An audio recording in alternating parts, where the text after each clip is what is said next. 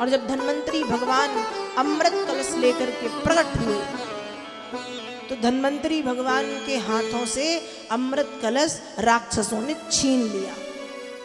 अब छीना तो छीना झपटी शुरू हुई। ये कहें राक्षस कहें हम पिएंगे, देवता कहें हम पिएंगे, हम पिएंगे, हम पिएंगे। इसी में जो अमृत का वो कुंभ था, घड़ा, उससे अमृत की कुछ बूंदें पृथ्वी पर गिरी और जिन स्थानों पर अमृत की बूंद गिरी उन स्थानों पर हर 12 वर्ष में महाकुंभ का आयोजन होता है। अमृत की एक बूंद गिरी तीर्थराज प्रयागराज में, दूसरी बूंद गिरी नासिक में, तीसरी बूंद गिरी उज्जैन में और चौथी बूंद गिरी हरिद्वार में। तो प्रयागराज, उज्जैन, नासिक, हरिद्वार, इन स्थानों पर हर 12 वर्ष में महाकुंभ का आयोजन किया जाता है, क्योंकि इन स्थानों पर अमृत की एक एक बूंद गिरी थी सिर्फ। तो जब छीना झपटी शुरू हुई, अमृत की बूंदें गिरी, भगवान ने सोचा इतनी मेहनत की है, पता चला इनकी छीना झपटी में पूरा का पूरा अमृत पृथ्वी पर गिर जाए। इसलिए श्री हरि नारायण तुरंत मोहिनी रूप धारण करके प्रकट हो गए। मोहिनी बनकर के जब नारायण प्रकट हुए और मोहिनी रूप को जब राक्षसों ने देखा तो राक्षस हो गए मोहित। राक्षसों ने इतना सुंदर कभी कोई देखा नहीं। तो राक्षस मोहिनी देवी के पास पहुंचे, अमृत कलश मोहिनी देवी के हाथों में देके कहते हैं कि देवी जी, निष्पक्ष भाव से आप हमें अमृत बांट दीजिए।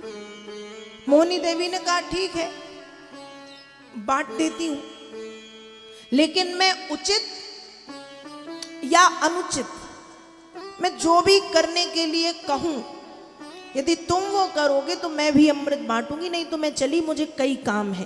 राक्षस एक स्वर में कहते देवी जी आप जो कहेंगी हम वो करेंगे। मोहिनी देवी ने कहा ठीक है, तो सबसे पहले एक एक दिन का व्रत रखो, दूसरे दिन स्नान करके पंक्ति में बैठ जाना। पंक्ति मतलब लाइन में। दोनों ने बातें मानी, एक एक दिन का व्रत हुआ। देवताओं ने, राक्षसों ने व्रत किया, स्नान करके वस्त्र पहने, पंक्ति में बैठ गए। एक पंक्ति में देवता, दूसरी पंक्ति में दानव। मोहिनी देवी अमृत का कलश लेके सबसे पहले राक्षसों के पास पहुंची और राक्षसों से बोली कि ऊपर का ये जो अमृत है ये पानी है और जो नीचे है वो शुद्ध है, इसलिए ये पानी देवताओं को पिला देने दो। अब राक्षस भी राक्षस मान गए। इतना भी ना दिमाग लगा सके कि क्या एक घड़े में 2 प्रकार का पानी हो सकता है। और मान लो है भी, मान लो नीचे गाढ़ा गाढ़ा है, ऊपर पानी पानी है, तो ये भी नहीं कह सके कि ठीक है आप अच्छे से मिला लो। कहने लगे ठीक है ठीक है ठीक है। और यहाँ भगवान पहुंचे देवताओं के पास, उन्हें अमृत बांटने लगे। उस समय राहु नाम का एक दैत्य था जिसे अमृत पीने की खूब जल्दी पड़ी थी। वो राहु नाम का दैत्य सूर्य और चंद्रमा के बीच में आकर के बैठ गया और सूर्य चंद्रमा के बीच में बैठ के उसने देवताओं जैसा वस्त्र धारण करके अमृत पी लिया। जब उसने अमृत पी लिया तब सूर्य और चंद्रमा ने भगवान नारायण को बताया कि ये राहु है, इसने अमृत पी लिया है। उस समय श्री हरि नारायण ने बिना विलंब किए अपने सुदर्शन चक्र से राहु का सिर काट दिया। मरा नहीं, अमृत का संसर्ग हो गया था, इसलिए उसके 2 भाग हो गए, सर अलग और धड़ अलग।